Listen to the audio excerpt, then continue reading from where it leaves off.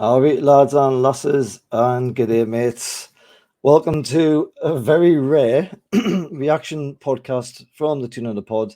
It is 1 a.m. We've just got off the TV, watching Eddie Howe's Mighty Mags somehow claw victory from the jaws of defeat. We were staring down a 3-1 defeat. We didn't look like we were going to get anywhere near even breaking even in this game. And then David Moyes made the substitution of of all time, bringing on Calvin Phillips. We'll get to that soon. And Newcastle managed to see out the game 4-3. Craig, how are you going, mate? I am absolutely knackered after that. It was up and down, wasn't it? Genuinely, that was absolutely mental. I've never known a game like it in such a long time. That was absolutely genuinely batshit crazy. It was insane. But that's why we love the game and that's why we love the tune, because they give us moments like this. It started off all right, didn't it, as well? It was like, what, 2 minutes and we get a penalty? Aye, it was a bit Gordon, contentious with another VAR decision, but I think we're both on the same page. It was the right call on that one. set me up for that one, mate. I don't think that was a penalty. I don't think either of those It's two not- things were really penalties, but the second one was worse than the first, in my opinion. But they were both kind of the same. It's Gordon putting himself in front of the ball, not really playing the ball at any time. He's just sort of sticking his foot in way and then getting clattered as a result of it. The second one was worse, though, because poor Calvin Phillips, man. I mean, I was joking. He's obviously a quality player, but he's going through some tough times. But trying to find his form. This move to West Ham has so far not worked out as he might have hoped. He's been dropped from England as well. I mean, the ball finds him in the box, and he doesn't have he's just trying to kick the ball, and fucking Gordon, like the cheeky little ferret that he is, kind of darts up behind, literally sticks his foot in in the way of Calvin Phillips' kicking foot. As he's already 3/4 of the way through the motion of it all, goes down like a sack of shit because he gets kicked in the foot, and after yet another long delay, we get the penalty that we, to be honest, didn't deserve but desperately needed. Let's just get back to the start of it, though. The team for Newcastle: Dubravka, Livramento, Shaw, Lascelles, and Byrne. Bruno G, Longstaff, Willock, Murphy, Gordon, and Isaac. And on the bench, we had Carriers, Dummett, Ritchie, Barnes, Kraft, Hall, Almiron, Anderson, and White. And we almost worked our way through that entire team, didn't we? Because, Did I? we get 7 goals in this game and lots of controversy, 2 penalties in that goal that West Ham scored that we'll get onto. But we also lost 3 freaking players in this team. We took off 2 substitutes in the process of doing it as well. But what did you make of that first starting 11? We are kind of getting to the bare bones now, aren't we? If we're not now. That is pretty much the best starting 11 you could do. Maybe there's an argument for putting Gordon on the right and starting Bonds on the left, or vice versa, for games in the future. But Bonds is just coming back from an injury himself. So, yeah, I would have said that was probably the strongest 11 we could have gone with. That was Joe Willock's 100th game for the Toon. Sort of feels a bit like it's flown by, but he's obviously been here for a little while. Yeah, 100 games for little Willie. Good on him. Didn't have the best of games, I didn't think. It was very kind of in and out. He was trying hard, but he wasn't doing anything. He was huffing and puffing. Tino was pretty good at the back, I reckon, until he picked up his injury. Shaw looked shaky as shit to start with. He was making all kinds of mistakes all over the place for my money. Byrne got moved into the middle when the cells went off. Bruno G was having a battle with his best mate all the way through the game. I thought it was hilarious. I said it in the chat a few times, but at no time did Michael Bridges and whoever else was on commentary with him, some Scouser guy, acknowledge that those two are best mates. They kept going on, oh, the 2 Brazilians, there's no love lost there. Oh, they'll not be, sharing a house when they go off to international duty. I'm like, are you having a laugh? He's his best man at his wedding. They go on holiday all the time. The best mates. I mean, obviously they're going to be bunking up together. And there was that classic mate against mate, though, wasn't it? I'm glad that we didn't see one of those pussyfooty type jobs where the two scared or they love each other too much or whatever. They were getting stuck in. Mind you, they were dying around a bit as well, like a bunch of pork chops. But I thought Bruno had a pretty good game. Longstaff was kind of again. Willock, I've already mentioned. Murphy, I thought was pretty good. Gordon was excellent. Isaac was excellent. And we'll get on to Barnes soon, but he was pretty effective in the 7 minutes, scoring 2 goals. West Ham, they had Ariola in goal, Kufal, Zuma, Mavropanos. Oh, God damn, he's going to kill me for that one. Emerson, Check, Ward-Prowse, Paqueta, or Paquetois, whatever you want to call him. Kudos, who I thought was brilliant. Bowen, who was okay in the second half.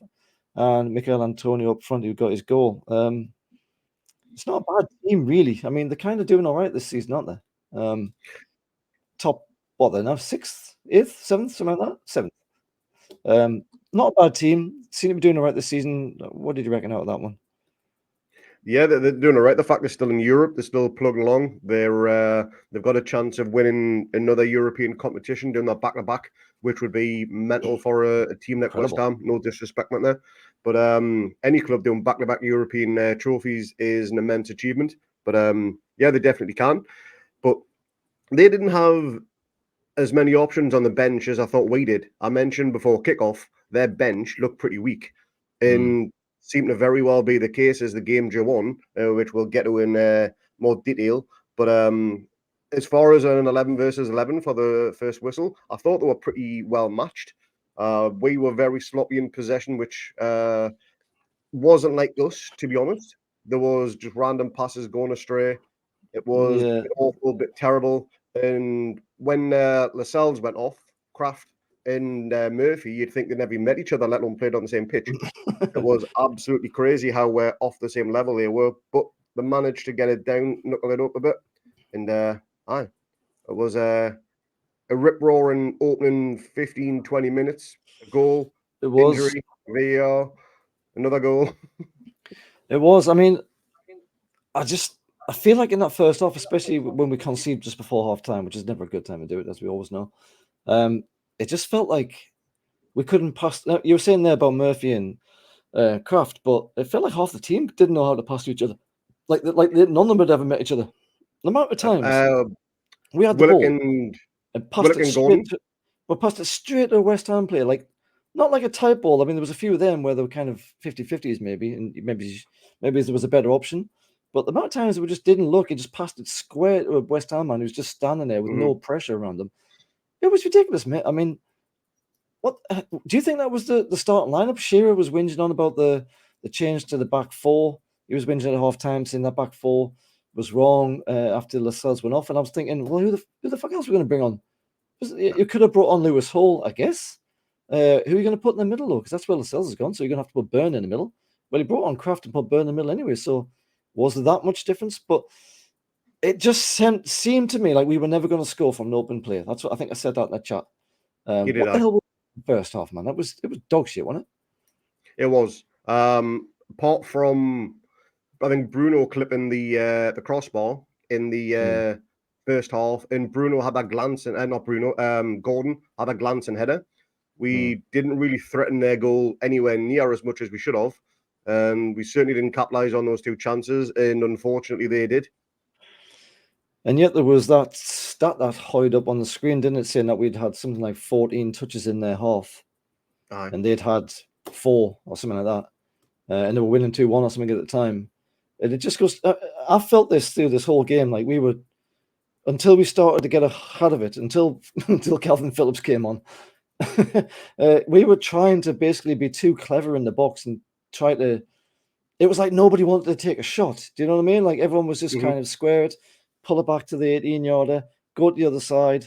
That's not working. Let's cut it back to the 18-yarder. Let's go to the other side again, to the left. Oh, that got blocked. All right, let's what we're going to do now. Let's go backwards again. Let's try and go down the wing again. Oh, it's being cut out, and now we're having a counter-attack. Like, it didn't seem like anybody just wanted to grab it by the scruff. Like, it just didn't look like we had confidence to just kick the ball towards the goal. What's that about? You take your shot. We're trying to walk it in like prime Arsenal did.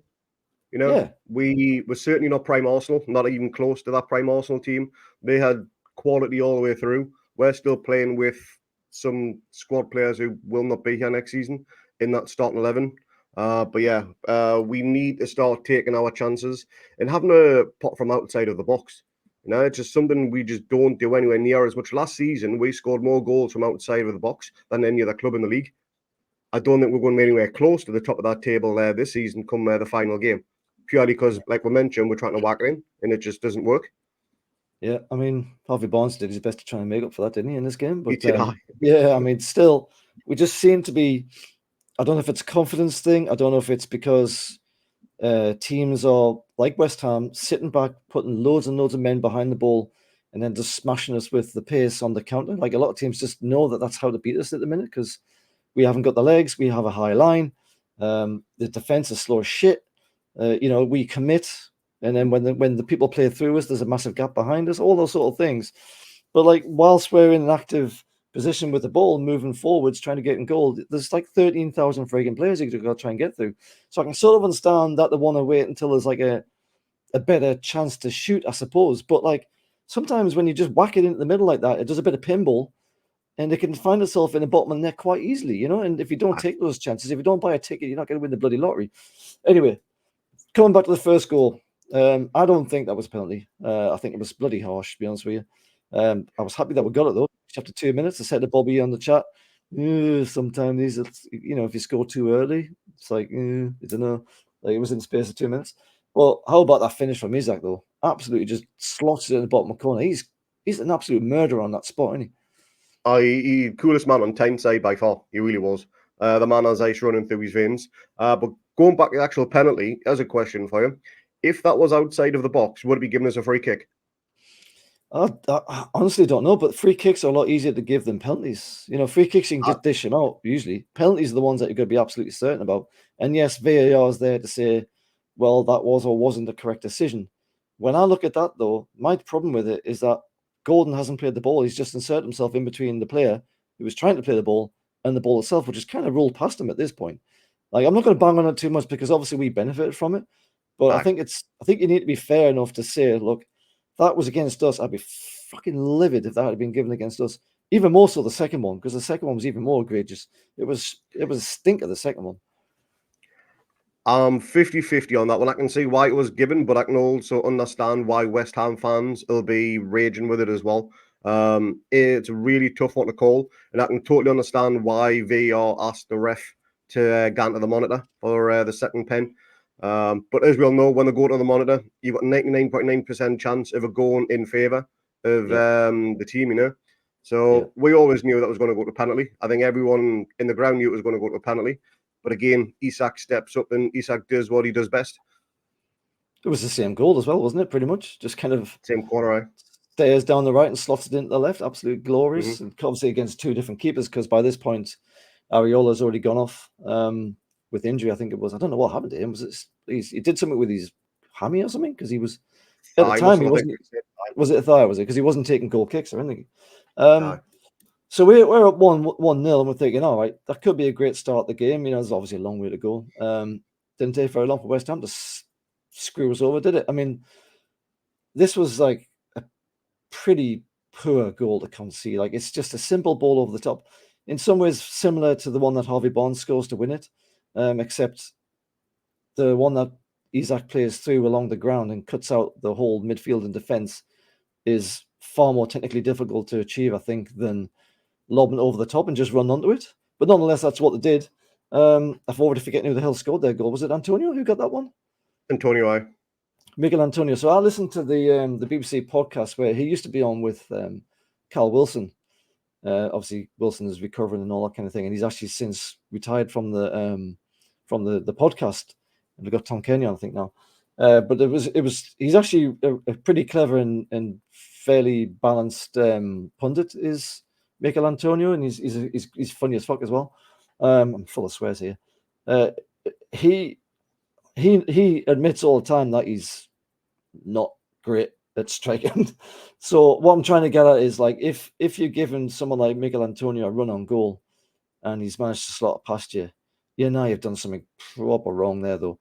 Because like as we saw later in the game, like he was a donkey in front of the goal again. Once the pressure was on, he couldn't sort his shit out. But I want to know as well is, can we not get Dubravka to come off his fucking line and try and close down these angles? Like, telling you, I'm sure Keegan mentioned it. He's got one of these ankle tags which prevents him from coming out of his 6-yard box or 18-yard box. He gets an electric shock every time he gets anywhere close to it. The man plays in lead-based wellies, I'm sure.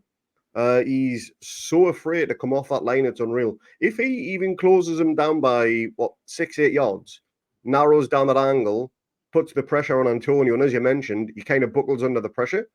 You had all the time in the world to pick your spot for that goal because Dubravka just sat back and invited him to get closer and closer. And Dubravka is not good enough to be here next season as a number 2 keeper. I Well, I think probably he's. wouldn't even have him as a number 3, to be honest. I would rather keep Karius than have Dubravka next season. Well, I think we're going to have a bit of a keeper situation come the summer because Karius's wife, his bird, is trying to get away. Newcastle is inconvenient at the airport because there's no direct flight from wherever the hell it is that they live. So she's having to go through the hardship of getting another airplane and hopping across to see a bloke. So I'm pretty sure he's going to be making moves to get away. Dubravka's there's already been hints about him wanting to get away. And it's no secret that he wanted to be number 1 anyway. So he's probably going to be exploring his options. We could be stuck with bloody Gillespie at this rate and Pope, and we don't even know how Pope's going to return.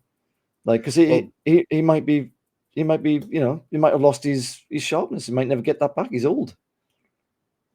Gillespie's away on out of contract in the summer as well. So that's 2 keepers out of contract and Dubs once away. So we could just be down to Pope come the 1st of July, I think, when the start of the new season officially starts. I must have missed that. You spoke Gillespie. So we could be staring down the barrel of having 1 senior keeper. Aye. Far out. Jesus Christ. That's one to watch because I think that is going to be brewing a little bit now.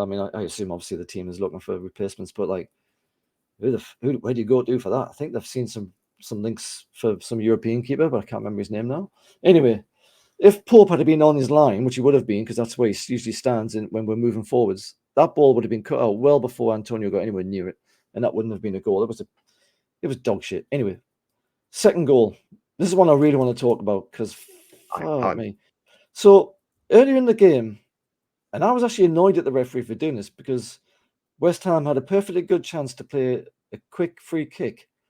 There was nobody, if I remember right, there was nobody with a head injury on the ground or anything like that. They were set up. They could play it quick. It went down the wing to Bowen, and the referee pulled it back.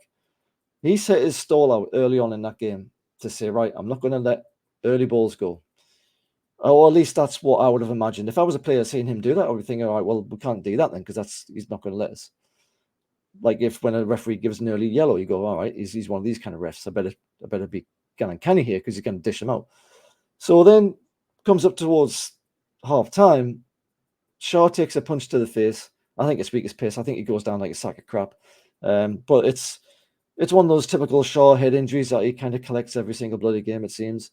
He's writhing around on the floor. The referee blows for a free kick to West Ham.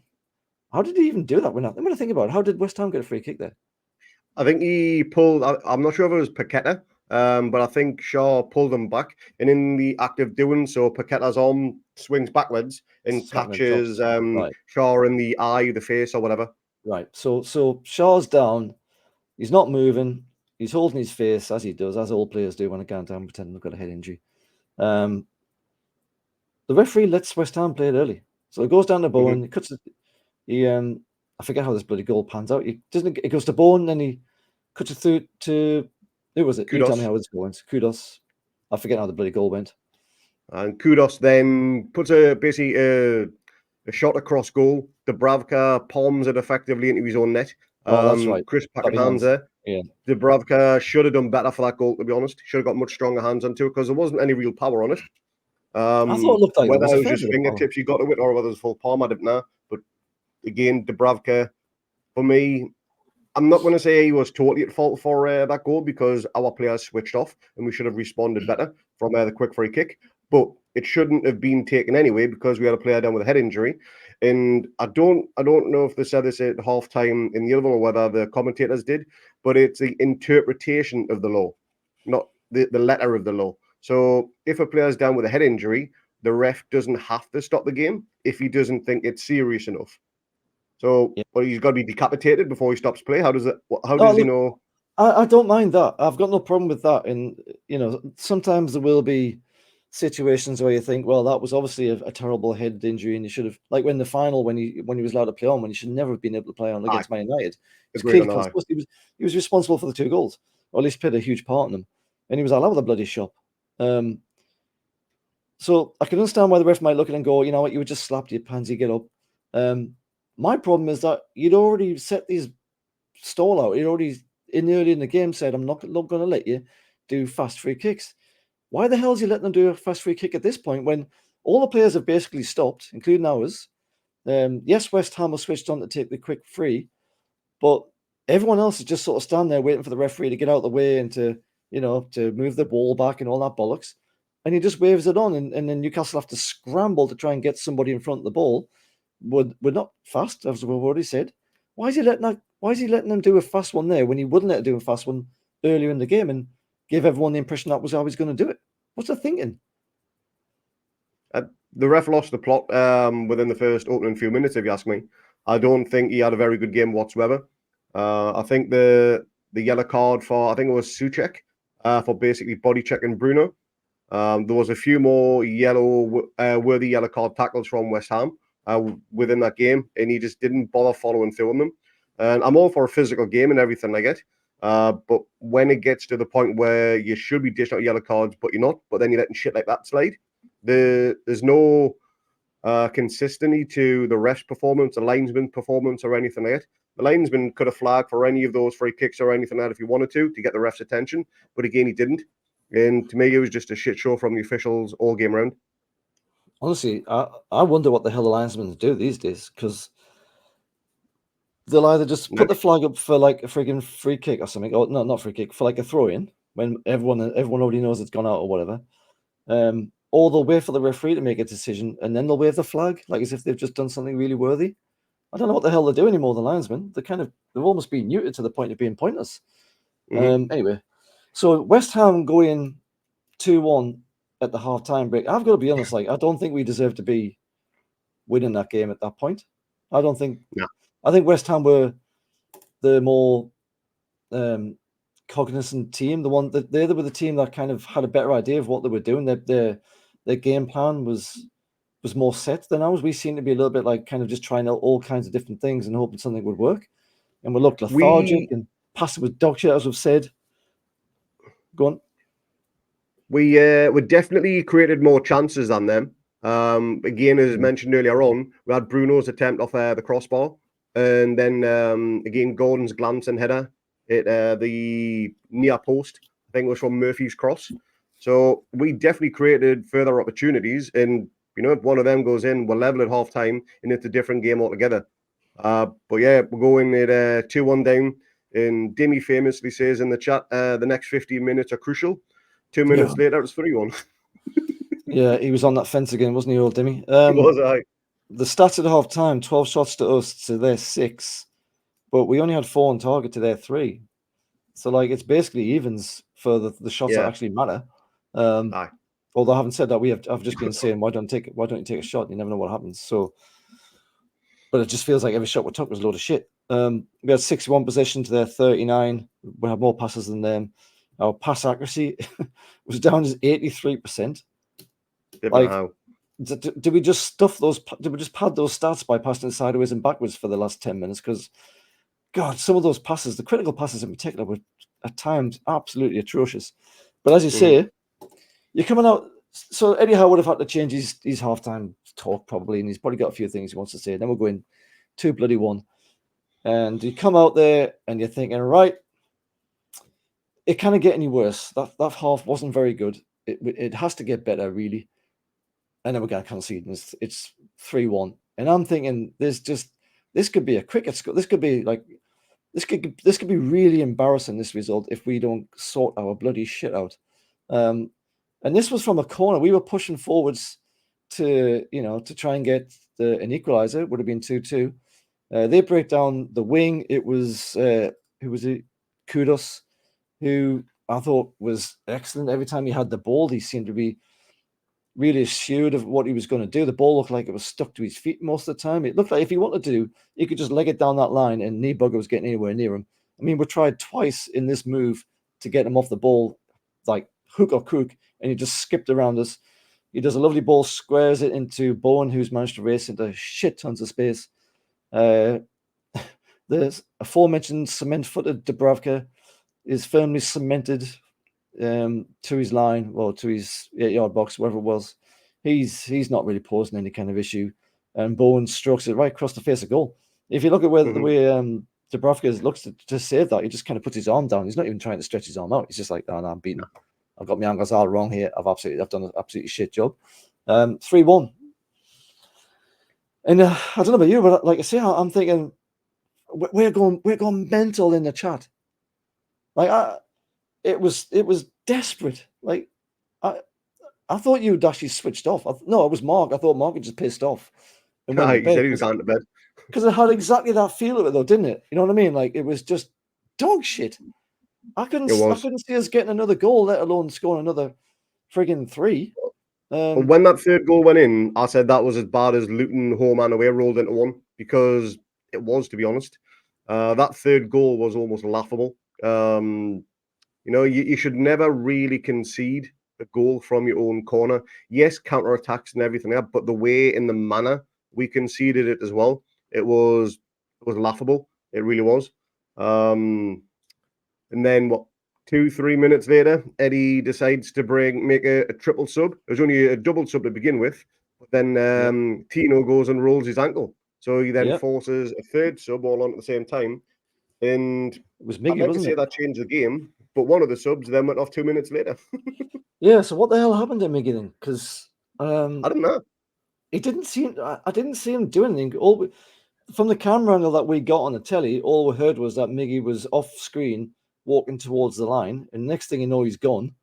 And and you're thinking, well, what the friggin' hell happened? And then Harvey Barnes comes on. You think, what the friggin' happened? What the hell just happened here? Did you hear anything about what happened in that moment there? What? The last I remember him actually being anywhere near the ball was when he crossed it for Longstaff when he fluffed that shot. Just a few minutes after Isak fluffed his too. Yeah. Maybe he's tweaked something. I think when he was on the floor, he's holding his calf. Maybe he's tweaked that. Who knows? God knows. But in terms of cameos go, was a little bit impactful because he created 2 chances, but he goes off 2-3 minutes later. Well, to be fair to him, like I thought he looked all right when he came on. He was doing one thing that we seemed to be missing at that time, which was kind of incisive runs and making the back line worry about somebody. As much as I thought Murphy was playing a good game when he was whipping in some decent crosses, and he continued to do that for the rest of the game. Actually, he doesn't quite have the pace of a Miggy. And yeah, all right, Miggy's a headless chicken, but sometimes that kind of that craziness of like, oh, what's Miggy going to do? Is he going to do an absolute thunder bastard like last season, or is he going to follow? Or he's on dick or something? You don't know which one you're going to get, so it kind of makes everyone doesn't know what to expect, and everyone's on the toes thinking, oh shit, what's going to happen next? And then he goes off, which is an absolute shitter. But we do manage to get to 2. Was that the golden penalty? It was, yeah. So our second goal was a second penalty. And you don't think this was a penalty in any which way, shape, or form? How can it be? Phillips doesn't even know the frig is there. He's literally in the process of kicking the ball. So if someone comes along and sticks their foot in the middle of, in between the ball, which is at your feet, and you're 3/4 the way towards hitting it, and someone just sticks their foot in the middle and goes, starts rolling around in the box. How is that a penalty? Is it not classed as an interception, or has he got to touch the ball first? On Gordon's point of view, all he intercepted was Phillips's foot. Yeah, but if he steps in front of the player to prevent him from making that pass or clearance, then surely it's classed as an interception. And if he's taken down as part of that period of play, then it's a foul.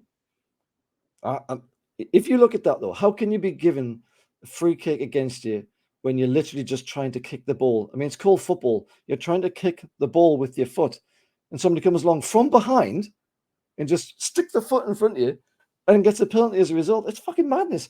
I mean, you could use that as a legitimate tactic if that's the case. Every time any of the opposition has the ball in the box, just run up to them from behind, stick your foot in the way, get a penalty. I do think of the 2 penalties, that was the one that was less obvious. I do think the first one was more obvious than the second. Phillips, he's had a stinker since he joined West Ham, and it does look like a bullet well and truly dodge on that one. But I can totally see if West Ham fans are going to be pissed off with that. I would probably be too if that happened to us. But I do also think there is a reasoning behind it. obviously VAR couldn't give a decision straight away, so they made the ref. And again, as mentioned, when they go to the monitor, 99.9% is going to go in favour of the attacking team. Yeah, and it did. It did, and again, Isak steps up, and Isak finishes like only Isak can do. That man, he's absolutely sublime, isn't he? He's absolutely mint. He's dependable. From the spot, he's just a murderer. He just murders that ball from the spot. He's absolutely wonderful. 3-2. And suddenly the crowd's up. Suddenly the West Ham fans who were doing all theirs, not a little bit earlier on, like really winding up the home crowd. As West Ham pretty much went nowhere with the ball. It's like, ole, ole, because I mean, the 3-1 up and we haven't looked like we're going to get anywhere near them. And suddenly it's 3-2.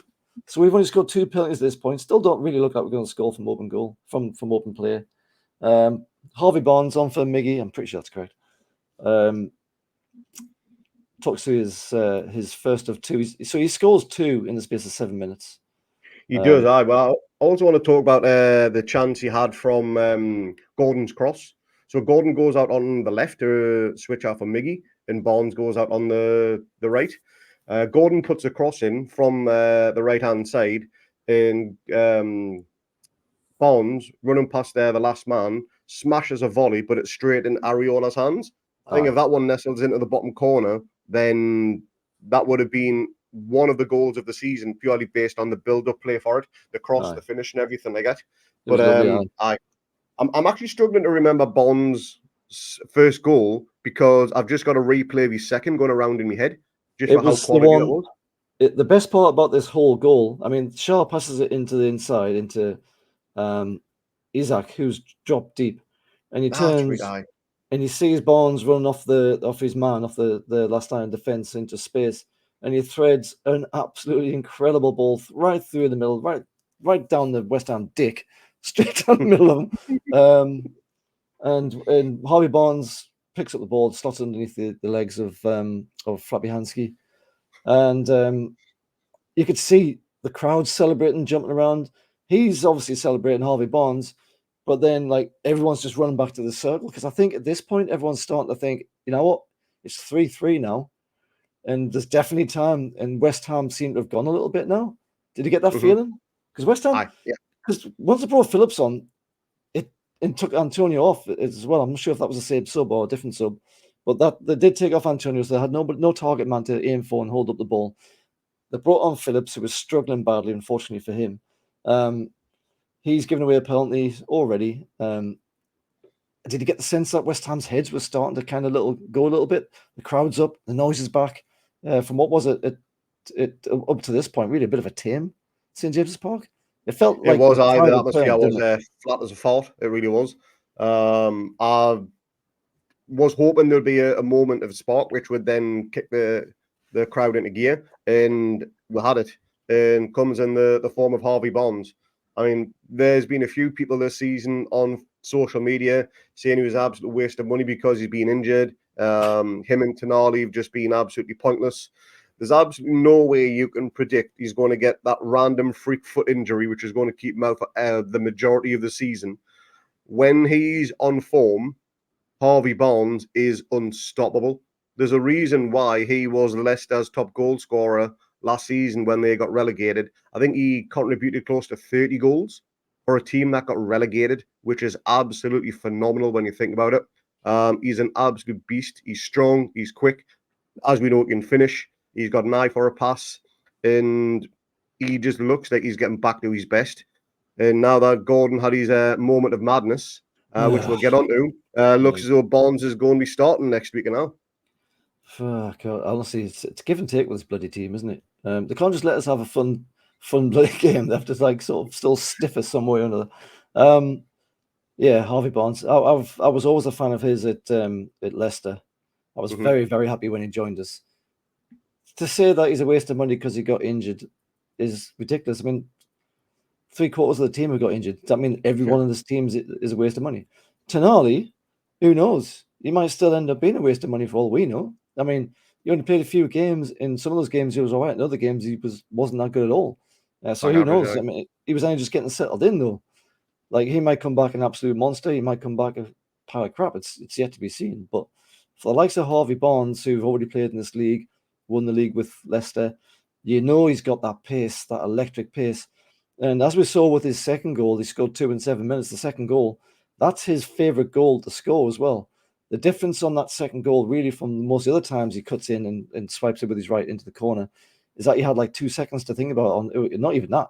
He barely had a lot of time at all. He did a beautiful little turn, got the ball from Gordon, who was held the ball up really well down the side of the goal there, and Gordon passes it to Barnes, and he does that lovely little turn to make the space, gets onto his favourite foot, and I don't know about you, mate. Like it's nearly 1 a.m. when that ball goes in. I've got my bairn asleep in the bedroom next to me, and I'm jumping around like a fucking idiot, making shitloads of noise. I obviously, when we got to 3-3, I thought we could still win this, but I also, because it's Newcastle, I was like, we could still lose this as well. Yeah. And then when I saw that goal fly in, I'm like, just the emotional release just came flying out. How many people did you wake up when that one went in? All of them. Literally, I think everyone's lights went on in the entire neighbourhood. There's 130,000 people here in Mackay, and I think we're all awake now. So that's on me. Sorry for everyone around you. But I got a message off my father, who's obviously back in the UK. He was driving, listening to the radio on Metro, and he nearly crashed the car. He had to pull over because he started celebrating Bonds' goal and nearly crashed the car. He video called me on Facebook saying, I have just nearly had a crash, celebrating Bonds' goal, but it would have been fucking worth it. That's serious, that, mind, isn't it? Jesus Christ. But it was a beautiful goal. It was scored at just the right moment. Although, having said that, there was still plenty of time for West Ham to try and ruin the party at the very end. And I think 4-4 might have been a fair result, to be honest with you. You got to think, we still creating another 2 chances because Isak had that opportunity, which for whatever reason, I don't know why, when he's 1-on-1 with the keeper almost. I'm not sorry, he's got one defender, but he goes to the right-hand side of the goal rather than to the left to open the goal up for him, and he really narrows his own angle. That was a bit of a strange decision, but he was absolutely knackered towards the end. And then Bruno, when he was fed through from Bonds, and Flappy Hansky was just literally inches away from either bringing him down or Bruno rounding on making it 5-3, which obviously would have then made it home and dry at that point. But they had that opportunity right at the end, which I think was Souček, where I don't know what he was thinking. I don't know whether he tried to score, pass it back to goal, but he ended up chesting out of play, I think. He just didn't do anything. It just bounced off him. I was just sitting there waiting for the net to move there, and I was just ready to, I was ready to murder Dubravka, because it was, once again, some shit goalkeeping from Dubravka, although he has been pretty good this season at times. And it would have been typical, wouldn't it, to just kind of fuck it right at the end, just like completely balls it. Of course, we didn't help ourselves because Gordon gets himself sent off for a bloody ridiculous kick away with the ball.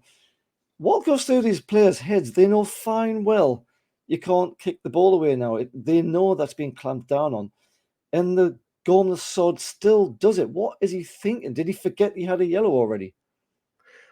He must have done, but I tell you what, the ref didn't even realise, because it wasn't until the West Ham players pointed out, and you see it on the high-angle replay, all the West Ham players pointing to the ref that Gordon's kicked the ball, and he then turned around, so he has, and then he gives him the second yellow, and off he goes.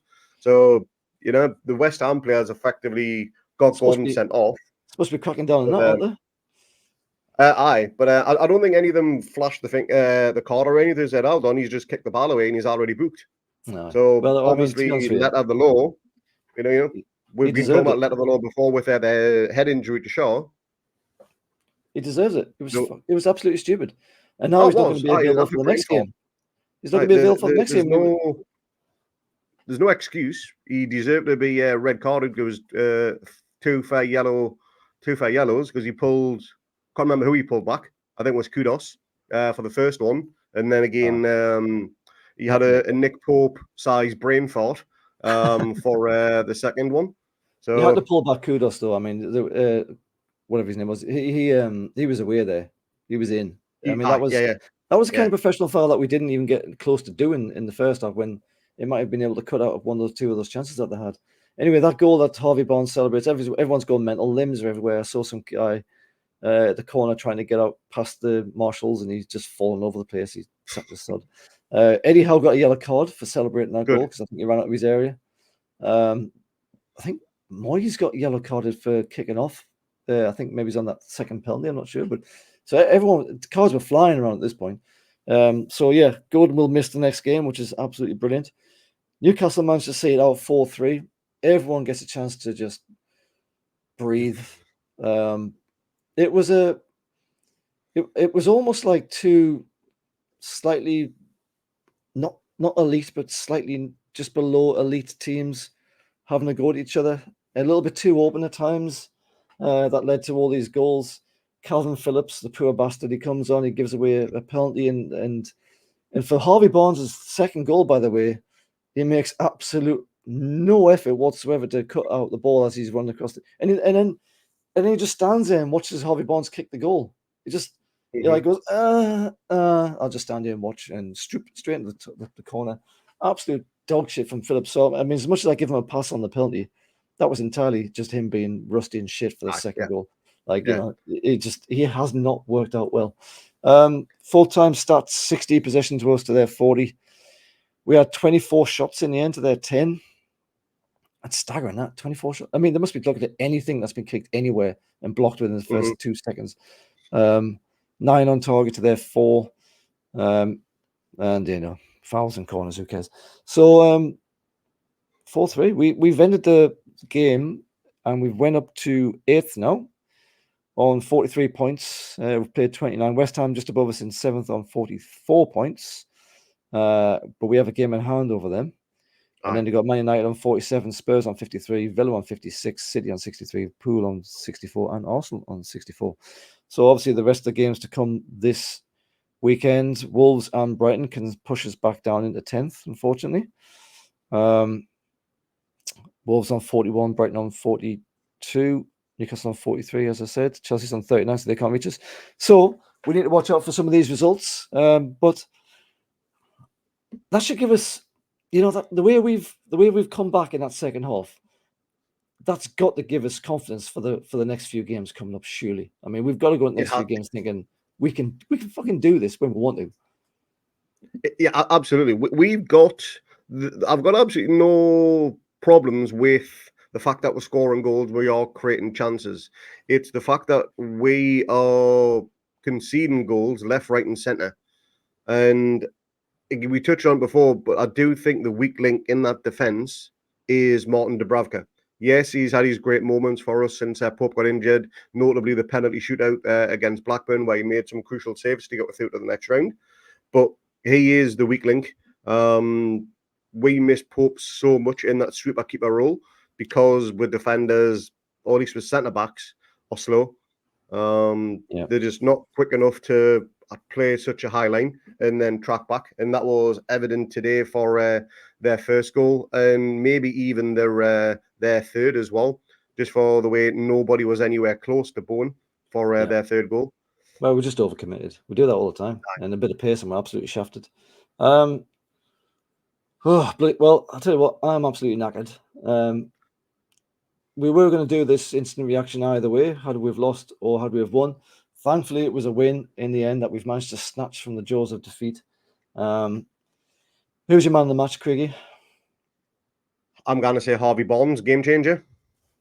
But Isak gets I'm going to a joint between Barnes and Isak because Isak scored 2 well-taken penalties and he created that third goal with that sublime assist.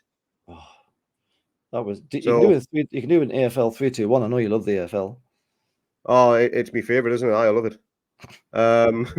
I'll go with Isak, number 1. So he takes the top dog spot, the big dog spot. Isak 3. Then Barnes. And purely just for his defensive work in that second half and some of the crosses he put in, I'm going to say Murphy. He did have a few off passes and stuff in the first half. Again, the connection between him and Kraft was a bit off. But once Kraft went off, he seemed solid. And he was defensively solid, going up against some quality players, especially when his legs were starting to tighten towards the end. So I'm going to go Isak, Barnes, then Murphy. I'm going to go Gordon 3 because once again he was at the heart of absolutely everything that we did. I'm going to give Barnes 2, and I know I'm not going to give Isaac any points here, which sounds ridiculous, but I'm actually going to give a point to Lewis Hull, who I thought was actually pretty decent when he came on. You know, everyone's saying why aren't we playing him? He's been a waste of money. Another one of those ones, Craig. And yet, I thought he was really decent. He brought legs. He was keen. He wanted the ball. He was making things happen down the wing. I thought he looked good. You know, we all know he's a good player.